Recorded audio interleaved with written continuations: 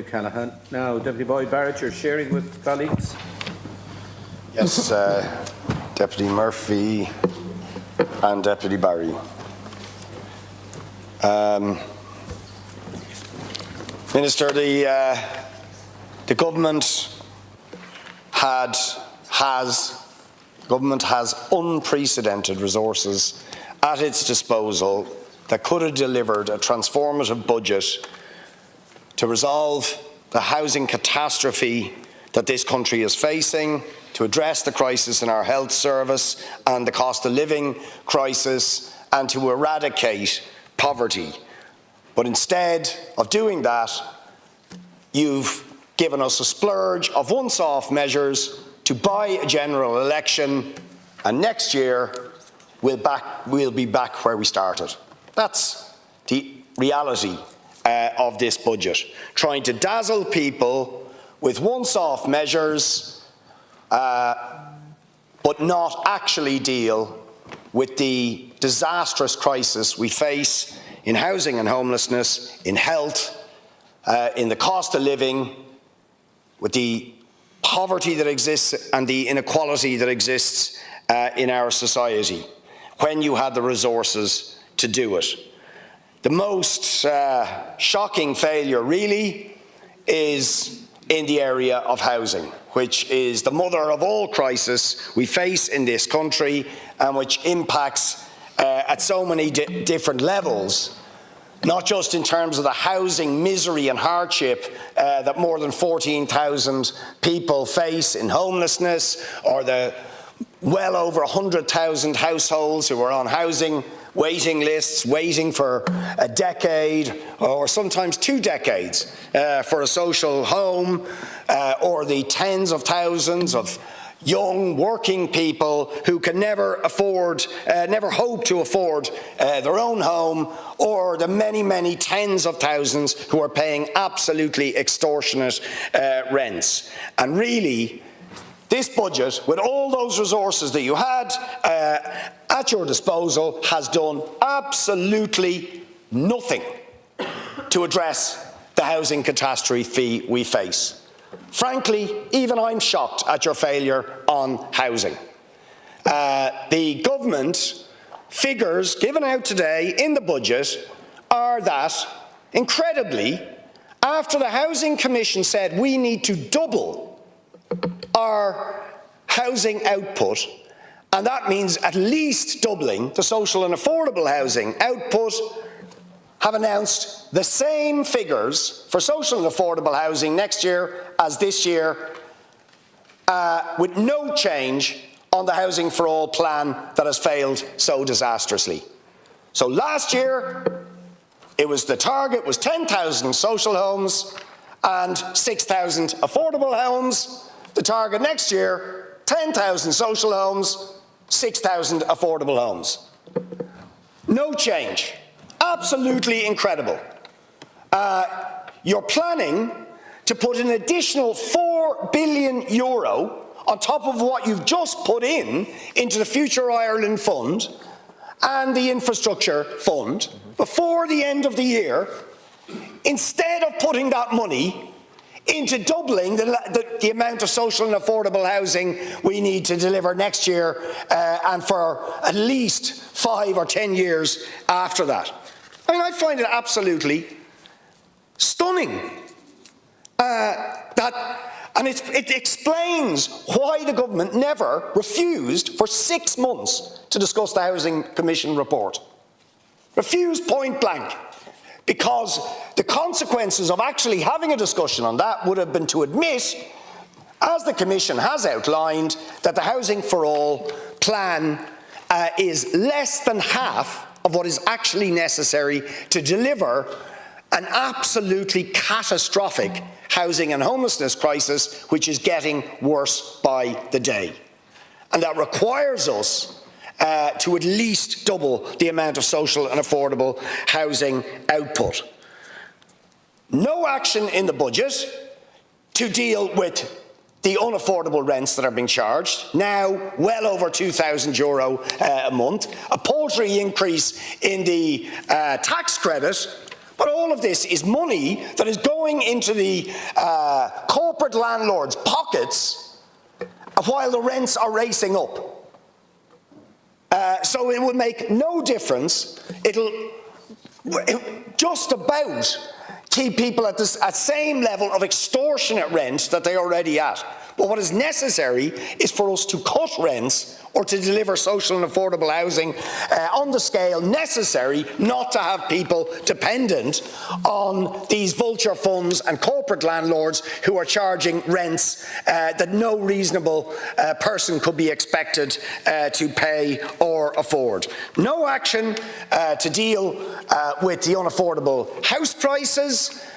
So whatever additional money is going into Help to Buy or any of these other schemes is money that's just going to pour into the developers' pockets and into the vulture funds' pockets. No action to deal with the profiteering and speculation of those that control land and the supply of housing in this country. And to my mind, shamefully, when you have the money available, the capital resources available to establish a state construction company that could actually build social and affordable housing on the public land bank, you have failed to do that. So we will remain dependent on private developers and private investors to deliver the supply of housing, even most of the social and affordable housing, where we're still dependent on those private contractors and private developers, when even in the best will in the world, they don't have the capacity to deliver what's necessary. They don't have the scale, even if they wanted to, and what they deliver is in any event too expensive, coming in at shockingly high prices. I mean, the Shangana development in my area sums it up: 340 to 380,000 euro for so-called affordable housing. That's not affordable. But that's only what they are capable of delivering. Because you won't deal with the fundamental problem that people who are out for profit control the land bank and are controlling the supply of housing and indeed control the capacity to build that housing and are only interested in the profit they can make from other people's housing misery. What we needed was to use this money to develop a state construction company, to build on public land, and to control the profiteering of those charging exorbitant rents and exorbitant house prices, and of course to stop the flow, not a budgetary measure, but to stop the flow of people into homelessness who are being evicted from the private rented sector. The health service, the government boasting that it has boosted the budget, and indeed it has gone up in nominal terms from 22 billion to 25 billion, or 22.3 to 25.3. But of course, when you take into account that you massively under-budgeted last year for health, and then had to introduce a supplementary budget of 1.5 billion, and you take into account inflation, and my God, you're certainly not able to control health inflation when you look at the National Children's Hospital, never mind bike sheds and all the rest of it, the scale of inflation on the National Children's Hospital, and then you add into that demographic changes, an older population and all the rest of it, it is clear there is not enough here to stem the crisis that exists in our health service and the misery of nearly 1 million people waiting for procedures, the chaos in our emergency departments, the chronic understaffing in our hospitals and in multiple areas of our health service, whether it's our CAMS teams, whether it's our child and disability networks, whether it's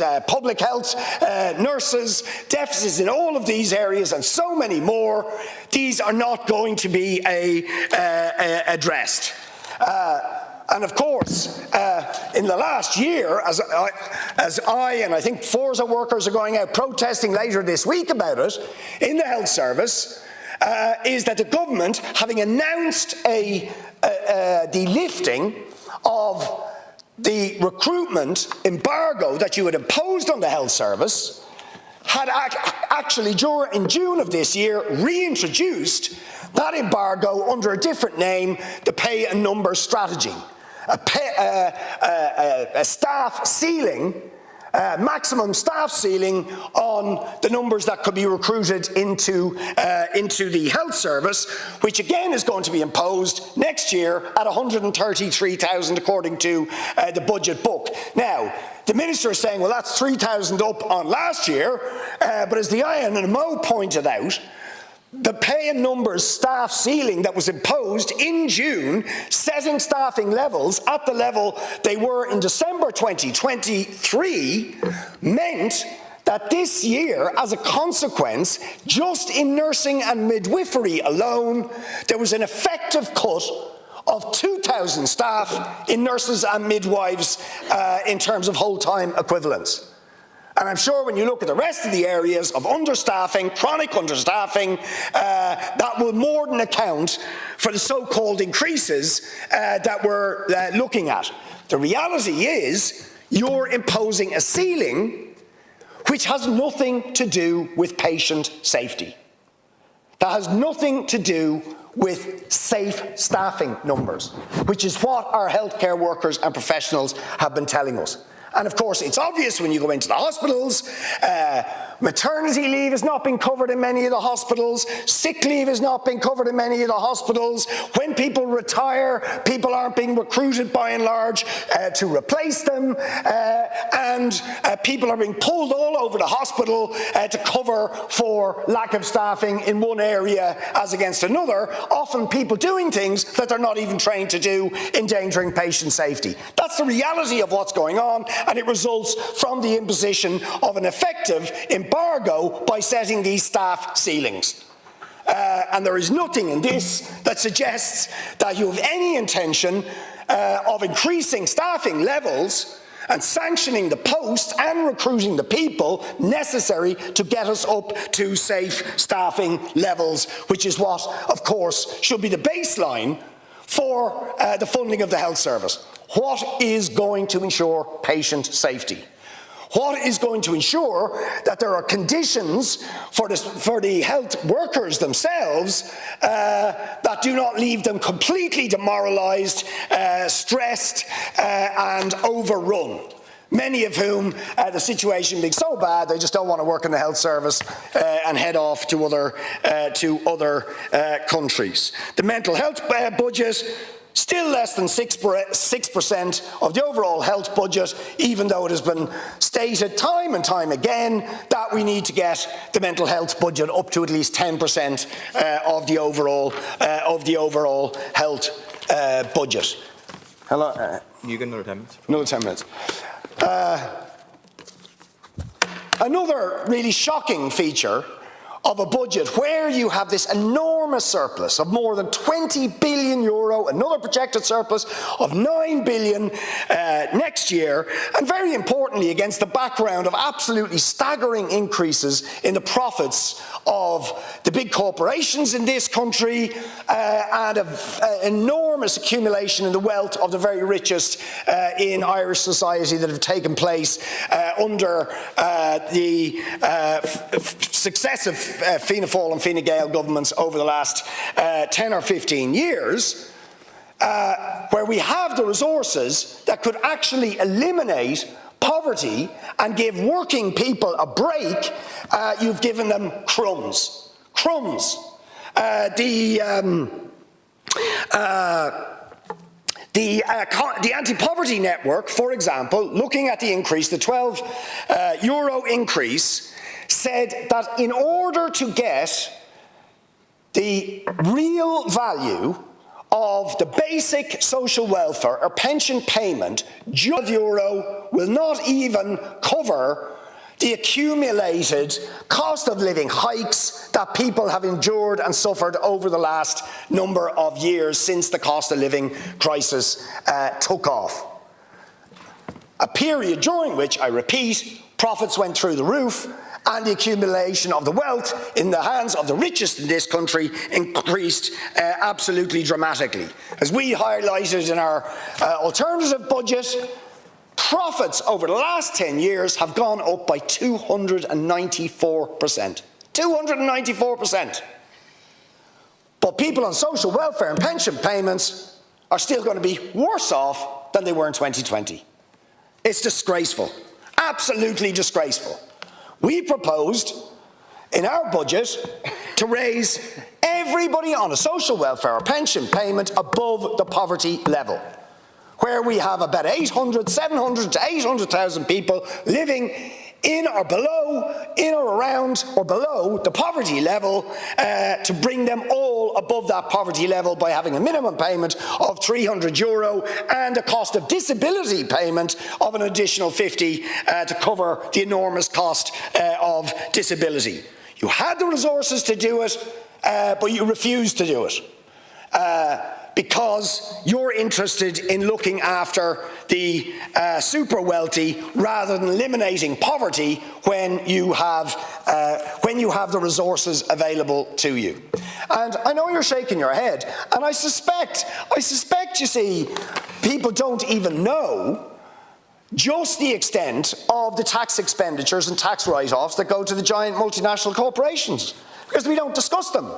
And I still don't see them. I don't know if we're going to see them over the next day or two. I certainly didn't see them in the budget package about tax expenditures, the shadow budget of tax reliefs, most of which go to the big corporations.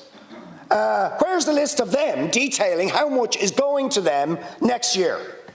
But we know we go to the bother of bringing this up at the Budget Scrutiny Committee and detailing some of them in our alternative budget. And they are quite staggering. The figures are always a year or two behind, but they are quite staggering. So, for example, in 2022, capital allowances to the big corporations, €101 billion. Intergroup transactions, €4 billion in tax expenditures. Losses, including capital allowances brought forward, so where these big wealthy corporations get to write off tax based on previous losses, €16 billion. Research and development tax credit going overwhelmingly to the big corporations, €1.1 billion. I won't go through the entire list, but they're enormous, and they bring down the taxable profits of the big corporations by tens and tens of billions of euro, meaning they pay, in reality, not the 12.5% they're supposed to pay, but about 7%. 7%, and some of them, as we know from Apple, paying considerably less than that. You didn't even want to take that money off them. You fought not to take that money off them, and now that we've got that money, there's virtually nothing additional been done with it. It's gone into the Future Ireland Fund and the Infrastructure Fund, to be done we don't know what with. And the money that has been mentioned, the €3 billion, of that, it's not at all clear what it's going to be done with it. €1 billion is going to go to the LDA, some extra money going into energy and so on, but what is it actually going to be spent on? And when you consider the LDA, the slowness of the LDA in actually delivering social and affordable housing and the cost at which it's delivering it, it's really debatable if it's going to, in any significant way, increase the delivery or the affordability of the social and affordable housing they're supposed to deliver. For workers, 80 cent for those on minimum wage. 80 cent extra in the minimum wage. And actually, I was looking at the Minister's budget book. Somebody on €25,000 is going to get about €1,400 extra this year, mostly because of the small increase in the minimum wage. Their tax liability is going to be slightly more than it was last year, which is interesting. So the tax changes you brought in have favoured the higher income earners, but you contrast that 1,400, which again won't even keep pace in reality with inflation and with the cost of living hikes, But people on 100, according to your budget book, people on 127,000, I think was one of the examples, or 125,000, another one of 114,000, are going to gain more in the budget, the taxation changes, than somebody on the minimum wage. Absolutely disgraceful. So no real effort to address the problem of the working poor in this country, the lowest paid workers, but the people at the top of the income distribution going to do considerably better. Higher education, I just want to mention as well. All that we get in that area, now I think people need to think about this, right? The biggest problem we have, or one of the biggest problems, along with the housing crisis, although it's significantly connected to the housing crisis, are skills shortages at the moment in the country. Now, I cannot for the life of me understand why, when we need to get thousands, tens of thousands, more people qualified in a whole number of areas, the construction trades, professions, in healthcare, professions, in teaching, and you can go through the list. In almost every area, in the caring professions, we need more people qualified. But instead of using all this money to eliminate the financial obstacles and barriers to people getting qualified, we've done virtually nothing. Absolutely miserable. You've maintained a once-off €1,000 cut in the registration fee and a once-off 33% reduction in the apprentice contribution, and there's some vague mention of action on postgrad stipends, although it's not clear what it actually is. Now, with all the resources available to you, to me it is just obvious you would abolish all fees. You would get rid of all fees that are financial obstacles to people getting qualified in higher and further education, in the trades and professions and so on, where we need to get people qualified, and there would be substantial additional money for student accommodation, not just to provide more of it, but to make it genuinely affordable, which currently it's not. Even when on-campus accommodation is built, it is at completely unaffordable rents for many students. So we need genuinely free higher and further education, but you've done virtually nothing with all these resources at your disposal to genuinely increase access, create more places, and remove the financial barriers and obstacles to people getting qualified in these areas. Arts, culture and sports, some minor increases, but it's just about inflation. 3%, 6% in total in arts, culture and sports increase. 3% in the arts and culture area, again, that's just about standing still. It's not actually any significant real increase in the money that will be available, and it's certainly not going to address the problem of widespread precarity and poverty among the vast majority of people who are engaged in the arts, in music, in performance in this country. We propose, for example, that everybody who applied for the basic income for artists should get it. Everybody. As opposed to just the pilot scheme. All you're proposing is to, by a few months, extend the pilot scheme, which has only been given to a fraction of the number of artists and performers and people who work in the arts who actually applied in the first place for that support.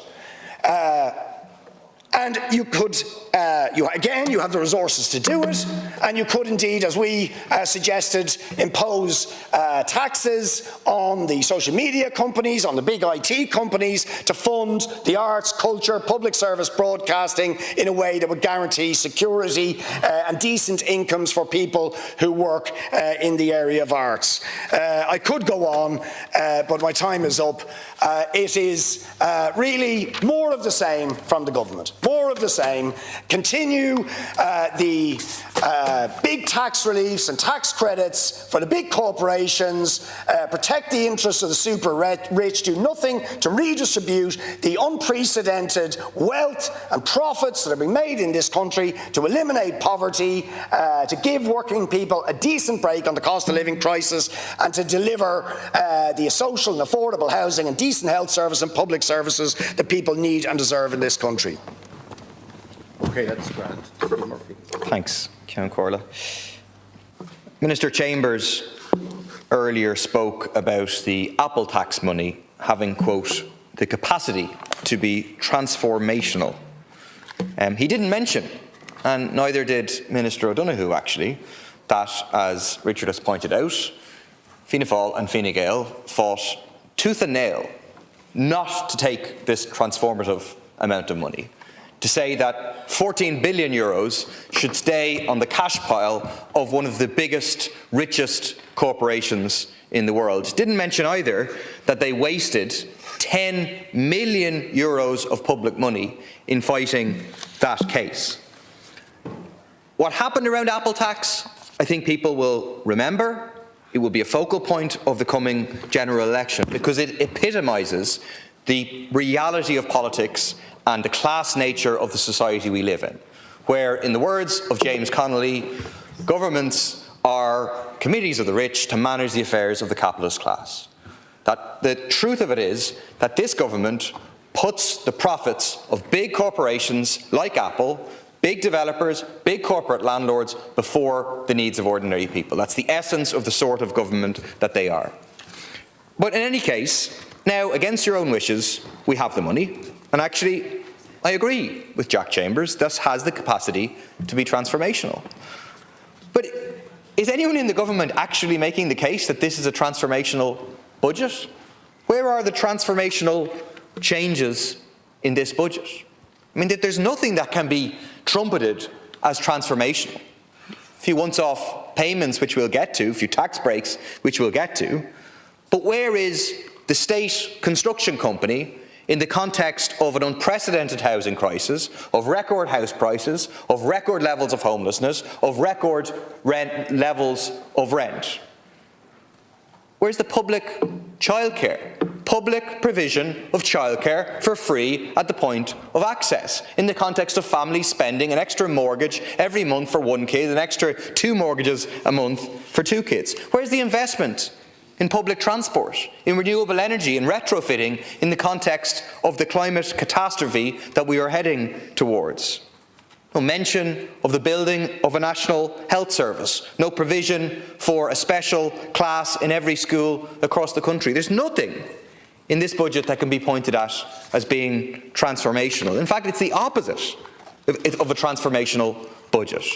A series of once-off, sometimes twice-off, measures for ordinary people, social welfare, child benefit, reduction in student fees. Even the reduction of public transport fees is continued on a once-off basis. It's the biggest scam ever, this once-off business, where the government gets to come in year after year, announce the same measure that they announced the previous year and expect to get some applause for it. All a very obvious ploy to try and continue the 100-year rule of Fianna Fáil and Fine Gael. So once-off measures for ordinary people. Permanent tax breaks for the wealthy of various sorts. So we have an extension of the angel investor relief. I'm sure millions of people across the country are breathing a sigh of relief that their angel investments will attract tax relief. And extra incentives, the employment investment incentive, the startup relief for entrepreneurs, startup capital incentive, a series of extensions, capital gains tax relief, a new extension of relief for incorporated farms, in other words, agribusiness. And Fine Gael just put out a tweet, which I agree with their tweet. The tweet is it's a graphic saying Fine Gael is backing business. And one of the headline points that they're highlighting to show how they're backing business proudly, no increase in sick leave days, brackets, which were due to double in January. I mean, in what world is it a bad thing to increase sick day leave? In terms of public health, in terms of workers' rights, but Fine Gael thinks it's a bad thing to do something that was promised. When they originally introduced the sick pay legislation, we said, wait a minute, it's not baked into the legislation that the number of days will increase and increase in the way that you're saying. And the government said, no, you don't need to worry about that, we'll do it by ministerial order.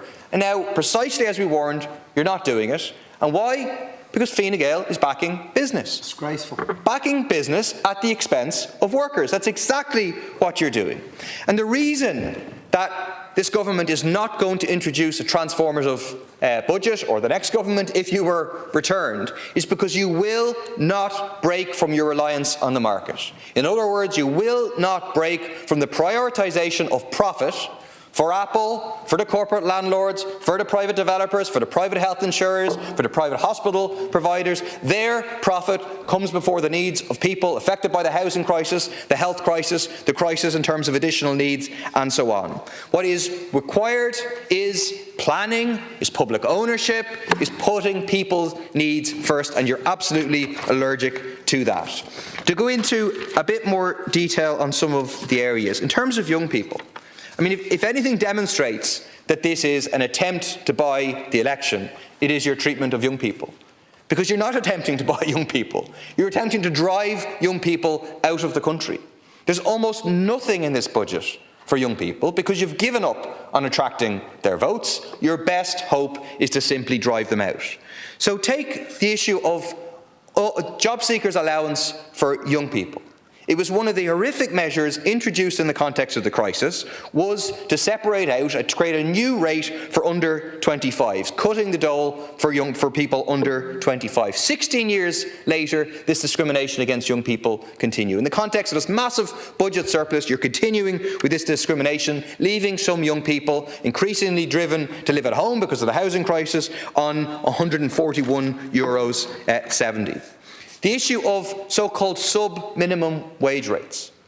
Passed by this Dáil well over a year ago, then delayed by a year by a bill that we introduced to get rid of these exploitative rates, allowing people to be paid less than the minimum wage. The Low Pay Commission unanimously recommends the end of these sub-minimum wage rates. And there's nothing here in the budget. You're going to continue with these sub-minimum wage rates, allowing the legal super-exploitation of thousands of young workers, allowing them to be paid as little as $9.45. In terms of education, what sums it up is the fact INTO has pointed out that more money has been allocated to the gimmick of this smartphone pouches. You're giving more money for the smartphone pouches to grab a cheap headline than you're giving in terms of increasing capitation for primary schools. I mean, that is absolutely scandalous and demonstrates the lack of priority put on young people.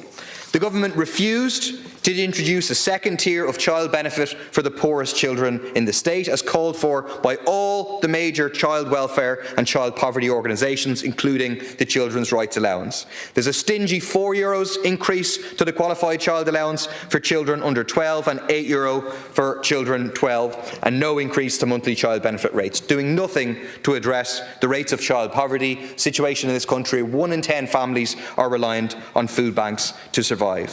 There's some talk of celebrating the idea that new parents are getting a so-called baby boost of a payment of €420. I can tell from experience that that €420 will not go very far. What will go far, to those who need it the least, is the tax benefit that you're giving to the richest 3% of households in terms of cutting inheritance tax. Certainly the real baby boost to them, gaining a tax benefit of €21,450.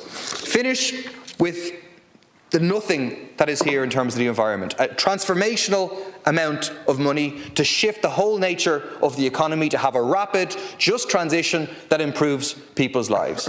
And almost nothing here. Nothing substantial in terms of massive rollout of renewable energy. We should be hearing today about new train lines across the country. We should be hearing today about new metros, about new Lewises. We should be hearing about free public transport right across the board instead of the meagre increase for a very small number of children. Nothing like that whatsoever. The final thing I'll say, the only glint of light in this budget and what we've seen today, I think, is definite evidence for people a general election is coming, and it's coming very, very soon. It's no accident, I think, that payments are due to be rolled out next month and in November. I think it's pretty clear from what's happening today, we're facing an election in the next 6, 7, 8 weeks. That's people's opportunity. I don't think they'll be fooled by this budget. Their opportunity to end 100 years of Fianna Fáil and Fine Gael, to end 5,000 continuous days of Fine Gael in one form or another, and to elect a left government. Deputy Barry.